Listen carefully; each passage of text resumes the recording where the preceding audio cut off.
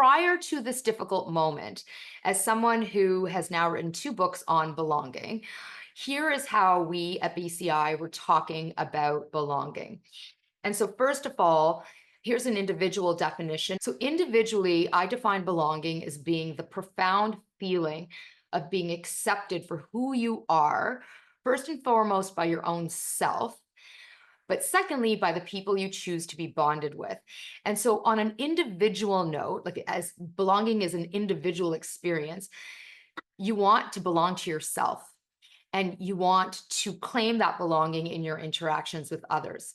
So, this is the working definition that we had for individual belonging. Organizationally, how we've been talking about belonging is, again, so this is systemic belonging, and again, pre this difficult moment. Belonging in the workplace is essentially about creating a culture where every single person within the organization can experience community on the basis of who they are. And so when I say community, like feel like a member, feel connected to, feel seen, feel valued.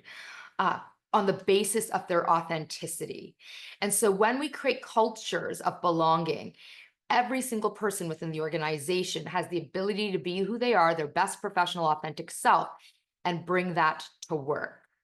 Now, based on my work and research, I can tell you that the primary thing or the number one experience or issue that assails our ability to belong prior to this difficult moment would have been bias and judgment coming our way.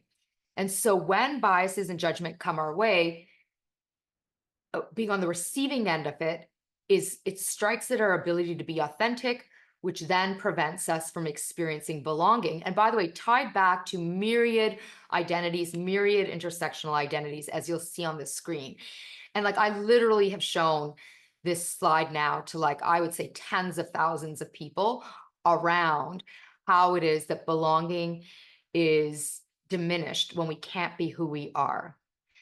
Now, I would argue very strongly that still now, here we are in June of 2025, biases and negative judgments continue to be the issue as it relates to why we aren't experiencing belonging individually and collectively. But I'm going to throw out there that in addition to biases and negative judgments, so much more is happening, which includes the feeling of being judged and experiencing biases on the basis of our beliefs. It includes deep polarization with respect to geopolitics, politics, social views.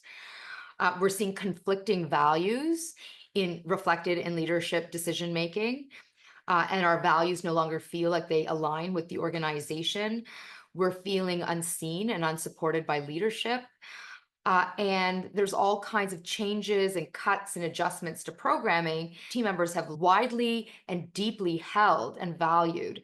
And all of this together has a profound impact on the experiences of belonging, which is giving rise to the need to re-examine how it is that we look at belonging. So what I would like to do now is give you a definition of belonging that you can start to use going forward, given that we have all of this polarization, varying views, and all of the complexity that we are seeing. And so I'm putting up this definition on the slide. Feel free to do a screen grab of it. During difficult times like this moment that we are in right now, belonging in the workplace is experienced by team members, by us all individually and collectively, when we feel connection, when we feel understanding, when we feel respect, and we feel acceptance based on who we are, including our values and belief, even though within our organizational culture, there may be disagreement, there may be conflict, and there may be uncertainty. And so, in other words, in difficult moments, belonging can still happen, even though we have disagreement and we have tension and we have conflict. We don't see eye to eye, but we can still feel acceptance and respect and connection and understanding for who we are even when there isn't agreement.